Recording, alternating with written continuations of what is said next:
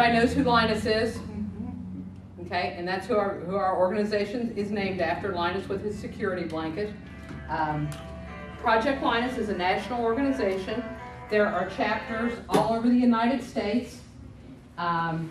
We have now donated over 7 million blankets across the country since our start in, I always mess this up, 1999. Our chapter was started in April of 2003, and we have donated over 35,000 blankets since we started. So a lot of blankets. Our area covers eastern Tennessee, which is basically Knox County, all of the counties that touch Knox County, plus Cumberland County, Scott County, Campbell County, and as needed, some of the counties over kind of on the other side of Knoxville that don't touch Knox County, but then all the counties that touch Knox County, like Roane and Loudon and Morgan County and Anderson County and Campbell County and those kind of places. So about 95% of our blankets stay local, and about 5% are shipped to other places, and I'll talk about that in a few minutes.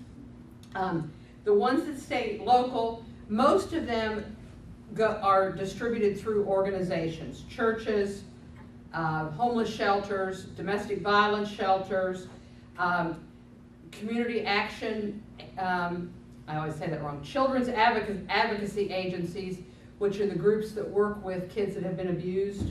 And it's a little bit of a unique concept to Tennessee, but if a child's been abused, they bring them to this center, and then they get all their services there instead of the child having to go to the police department, to the hospital for an exam, to a lawyer for counseling, all those kind of places.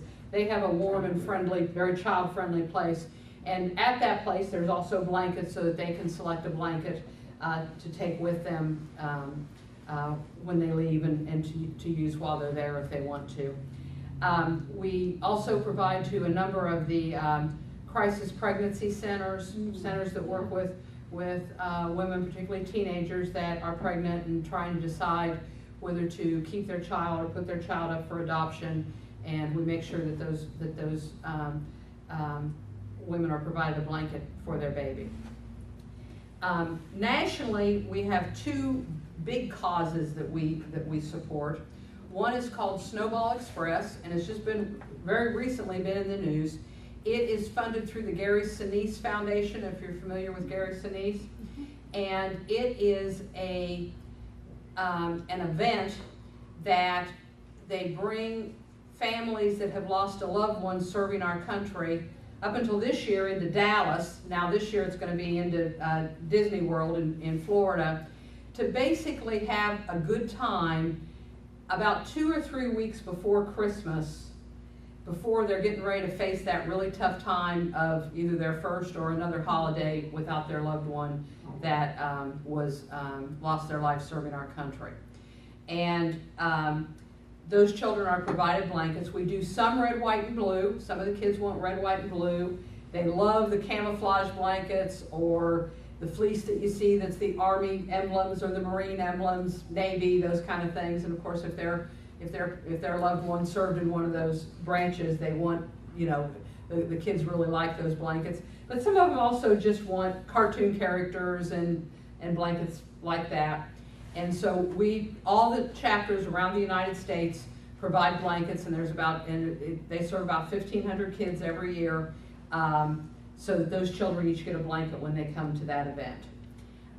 The other event that we supply to is called TAPS, Tragedy Assistance Program.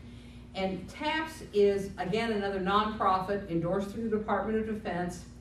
And they hold, their big event is an event in Washington, D.C. over Memorial Day weekend, where they bring children in, a little bit older children, mostly 7, 8, and older, up to 17, 18 years old, again, that have lost a loved one serving our country, to help them understand about service to our country, see Washington, D.C., the monuments, understand the legacy of the military that served our country. The big thing about all, and again, those children also all offer blankets, red, white, and blue, as well as the character blankets in different, bright colors and those kind of things. And of course, one of the biggest things about both of those events is it gives those kids the opportunity to bond with each other and find out they're not alone, because in their community, they might be the only child that's lost a loved one in their war, but when they see that there's other kids, they make lifelong friends. And both of those are really good events. And then the other thing that we do nationally is if there's a big disaster, be it like Hurricane Katrina, Hurricane Harvey recently, the local chapter will coordinate what they need for blankets through the different shelters that are being set up, that kind of thing. And then the chapters all around the United States ship in blankets for those kids to have blankets to use. And that also applies to some of the school shootings. We recently sent blankets up to Kentucky for the school shootings at Marshall County. And again, the local coordinator kind of puts that all together. I had the unfortunate responsibility of doing that quite a few years back now when we had the shootings at Campbell County High School. And it's just a great national group. I mean, I just said, this is what I need. And I mean, blankets just started pouring in. I mean, it was just I was truly blessed to have so many people be willing to support us. But like I said, about 95% of our blankets stay local. Here in Cumberland County, we provide blankets to the hospital that they give out through when babies are born, through the emergency room, are kind of the two big areas that they use for. And then we also provide blankets to the Avalon Center for the domestic abuse shelter that they have here in the area. So we serve those. And basically what you do is you make a blanket, okay? And I've got volunteers that make one blanket a year. I've got volunteers that make 100 blankets a year. And it just depends on how much time you have, what kind of blankets you make, for how long it might take for you to make it. And you take it to one of our drop-off spots, and they make sure we have people that go around and pick them up, and they make sure that the blankets get to us. We double check them, make sure that there's no loose threads, pins left in them, those kind of things. And then I sort them by size and by gender and that kind of thing, and then we deliver them to the agencies. Here in Cumberland County, your drop-off spot is the Yarn Patch out on Peavine.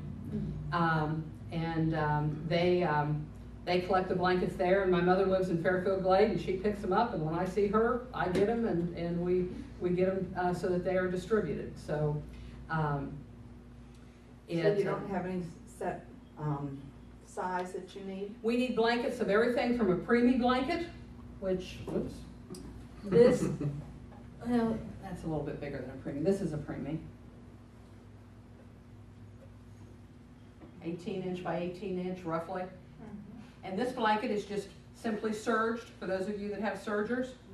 It's just a piece of fleece, and it's serged around the edge. And that works real good for preemies because it's not rough, it's soft, and they're tender skin. And I'll pass these around if you want to look at them, to more of a baby blanket. This one's a little bit of a rectangular kind of, and this is a tied one. And you'll notice each of these blankets has a label in it. And that's one of the things that we do once we get the blankets. Once we've checked them, we sew the label in so that we know that it's been quality checked, and then the person that gets it knows that it came through Project Linus. If you want, we also have cards that you can put on the blankets. And this card just has Project Linus of East Tennessee, the best kind of sleep is under a blanket, handmade with love. And then it said, made especially for you, and then whoever makes the blanket, you put your first name on there, and then it's got our organization name and address for thank you notes to come through, and then we post the thank you notes in our newsletter and places like that. If you want to put a little handwritten note on the back of it, you can. We ask that you don't put your last name, You never know where these blankets are going, and in some cases, you know, they're going into homes where you might have people that are using drugs, and, you know, big brother or mom or somebody might see you as a giving person and take advantage of that. So again, we recommend that you not put your name on that. And this is an interesting one when it comes around for any of you that crochet. This is done, are you using rotary cutters? Yes. Okay, so you've got your rotary cutter. There's a special blade you buy for the rotary cutter. It's called a skip stitch blade. And you run that around the edge of the blanket, and it makes a hole in the blanket. Oh, that's cool. And then you can just crochet right into that hole. And you can get those at Joann's and Michael's, and you can find them online and places like that. That's cool. We've got a lot of people that knit and crochet blankets. Beautiful. That one's a bigger blanket, as you can see. We always need larger blankets. People tend to make the baby blankets and the toddler blankets. But we need blankets for older children and teenagers and that kind of thing. I tend to bring small ones just because they're easier to carry. But So you're looking for more like a single bed? Up to a single bed size, yeah. And this one's kind of an interesting one, and I thought, and again, it's a nice big one. This one, you'll notice when you look at it, just has 2 rows of stitching around it because this fleece can get real stretchy on you and kind of stretch out of shape. And then they've just clipped it to make the fringe. Not tied it or anything else, just clipped into it so that they have made the fringe in there.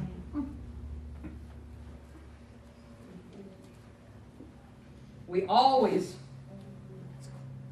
can use little flannel blankets like this, and a good way for some of you that are beginning sewers where you just turn it under and stitch it. This size up to 40 inch by 40 inch. These are for preemies. And it's always hard to imagine this when you look at this, that this can wrap up a little baby, but it can.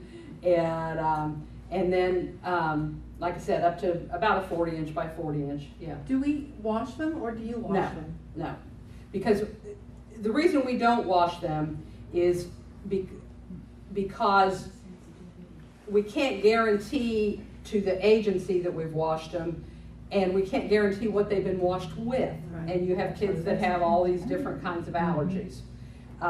So we do not wash them. A lot of people also make double layered flannel blankets, and they kind of make them like a pillowcase kind of thing, where you just put 2 wrong sides together and stitch it, and then turn it and finish it up. So, but again, very, very tiny. We have a lot of quilters. This is just a real basic quilt. I mean, you can just make just a patchwork. It doesn't have to be fancy like this. And then this is just laid out on a table and tied. The old-fashioned way of just tying quilts.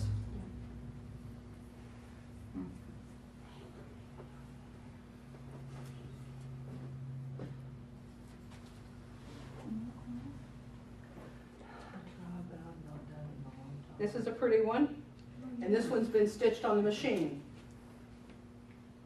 And Very simple, very basic. yeah, very basic, and of course we're always looking for the bright colors but of course then you have the kids that like the dark colors too. So yeah, every once in a while I'll get a blanket and I'll think, oh, you know, I don't think a child's ever going to want that, and then somebody will take it to an agency and they'll tell me later, oh yeah, I was one of the first ones to go, you know.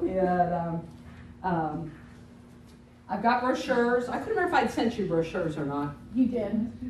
So do you guys have them, or do you? No, I Okay. gave them out to other people. Okay.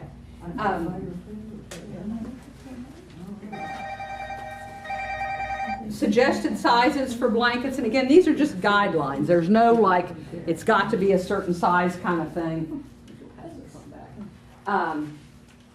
They're just a rough idea of sizes for you. I forgot to show this one, it had fallen. Cute. And they've just bought the little pre-made things. and put on there Applique, yeah. and applique them on. Whoops, I got it sideways right now. And then this has that minky backing on it, which Lovely. feels wonderful. Yes. I hate to work with it, but It's called what? minky fabric. It's real soft, but it sheds when you're working with it till you get it, the edges finished on it. Makes a And, mess of your machine. yeah, and you get stuff in your machines but like I said, the suggested sizes are in there just to give you a guideline. I mean, it's nothing, you know. Does Morgan County have a drop-off? No, we do not have one in Morgan County. I heard you mention Loose Threads down in Harriman. Mhm. Loose Threads is a drop-off, which is real close to the interstate there. Yeah. If you're heading down towards Harriman, and then we've got a number of drop-offs in Knoxville, Oak Ridge. We've got a couple drop-offs, and if you go to our website, you can see we've got the drop-off list listed. We do a newsletter. If you're interested in the newsletter, if you'll just send me an email, my email address is on here, and say I'd like to get the newsletter, I'll add you to the list. And we do take special requests. So if you or somebody in your church, you know, of a particular family that needs a blanket, that they've got a child that's in a traumatic situation of some sort, you know, and can use that warm Linus hug, let me know, and we'll do our best to fill that special request. Normally on special requests, we can't deliver them, so if you ask us, you know, for something, I'm gonna look to you to help me deliver it, or give me some place to mail it to or something. So, but we, like I said, we do take special requests for children. Somebody asked about blankets for babies that are stillborn. We do provide those to the hospitals, and I know Methodist Medical uses them in Oak Ridge, and we've got a couple funeral homes that use them along that I'm aware of, and Children's Medical Center uses them. So we do about 2,500 blankets a year, so it's a lot of blankets. I've got a storage unit down in Kingston that we run all the blankets through and check them and everything else. So, questions? Does anybody ever ask for like a religious type blanket, you know, whether Catholic or? No, Methodist we don't normally meet that need, because we try to stay away from too much of religious blankets, That's why I asked. only because you have to be so specific about where they go. Now, our chapter, and I think it's different when you live in the South than when you live in other places in the country, we do Christmas blankets, you know, and we make sure that they get out to the kids, you know, to the agencies that serve the kids well before Christmas. Same thing with Easter, you know, we'll get a lot of the cute little Easter egg basket blankets and that kind of thing, and so we'll send those out. Okay. We also, if you or somebody you know is interested in making caps, either for babies or for up through teenagers, we'll get those out to the agencies, because they always need caps, either because of chemo patients or because of warmth in the winter. You know, we'll get the caps out to them. Do you have a pattern for that? Um, Are they sewn or are they crocheted? we have knit, crocheted, and then there's a pattern to make a cap out of the fleece, and it is on our website. If you go to our website under patterns, you'll find that. And it's a cute little easy pattern to make. And so, other questions? Yeah, do you have a source? If somebody has the desire but does not have the means to material, do you have a source for material? We get donations, and they're up and down. And I mean, when they're up, they're up. I mean, to the point that I've rented a 15 by 12 storage unit twice this year and filled it to do fabric giveaways for our volunteers. Wow. Now, I could go 2 years and not have to do that again. You just never know. I have a girlfriend that says her motto is, "Thee who dies with the most fabric wins," you know. And so when we unfortunately have a volunteer pass away, a lot of times they will leave their fabric to Project Linus, and, or yarn, or, you know, sewing supplies, those kind of things. And we, and then what we do is we in turn get it back to our volunteers so that they can use it to make blankets. We also sometimes will get fabric that isn't really appropriate for kids' blankets.